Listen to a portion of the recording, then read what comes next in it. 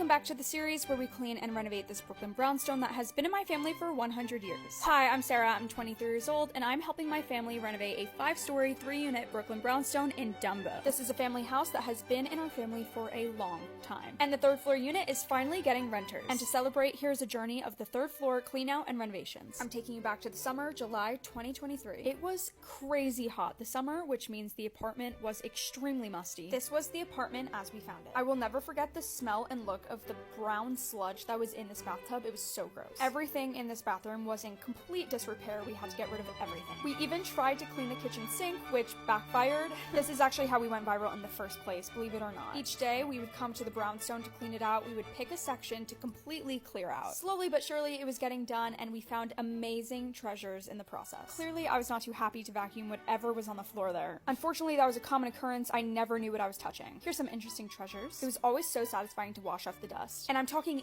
years of caking. By August 2023, we were also working on the 2nd floor unit at the same time, but obviously still making some stops into 3. Those are all original Beatles albums. Oh my god. This is the back bedroom. It was so junked up. So many samples and open bottles of Jean Naté, is that how you pronounce it? And lots of Beatles merch. By September 2023, we were on to the front bedroom, which was used as an office. We always get comments or questions about if we ever found money in the walls. Not in the walls, but in this envelope, there were like tons of $2 bills with red stamps on it, and I think those are worth like $7,000 now. Let me know. More John Lennon Beatles stuff, the cigarette case, and dolls. Tons and tons of dolls. Also this massager, in quotations. Yeah, I don't know the vibes. More money. This was like European coins, stamps and pins. This was the art on the walls. Comment down below if you know who any of these artists are. They look to me to be like between 70s, 80s. Let me know. And ticket stubs. This was such a cool find. We got Elvis, the Beatles, Neil Young, The Who. This was back when seeing a concert was no more than $15. Now people have to manifest and get Etsy witches to even see a concert. Flash forward to the fall, October 2023. We had moved on to the living room, found some old cassette tapes, radio players, and Walkman. It was also such a hassle to get all of these books off the shelves. Also, bring back these lights for the holidays. They are so vintage looking and so cute. By this point, we had cleaned out most of the low-lying fruit in all of the rooms, and we were just preparing it for the eventual demo. By January 2024, we did one extra push to clean out the living room, and then we had a clean slate. Meanwhile, at the same time, the 2nd floor apartment, which was in a similar condition, was getting cleaned out. There's a video on my page about that as well. The next month, it was finally time for the demo. Behind all of the ugly 70s paneling, there was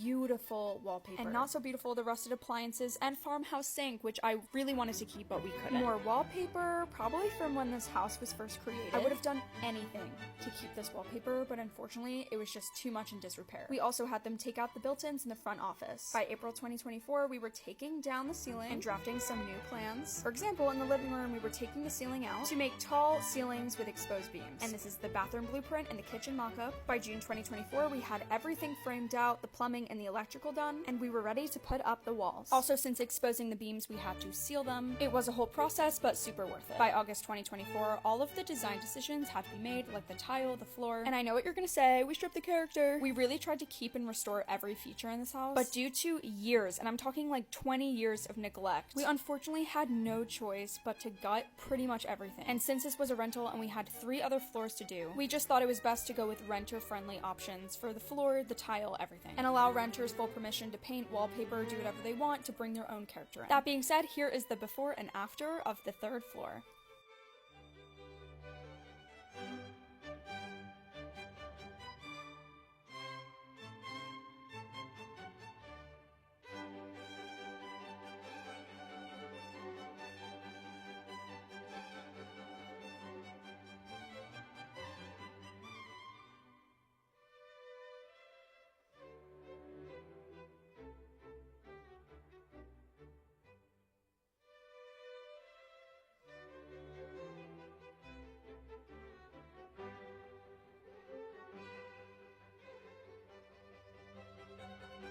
Can't wait to see what our new tenants do with the place. Thanks for watching.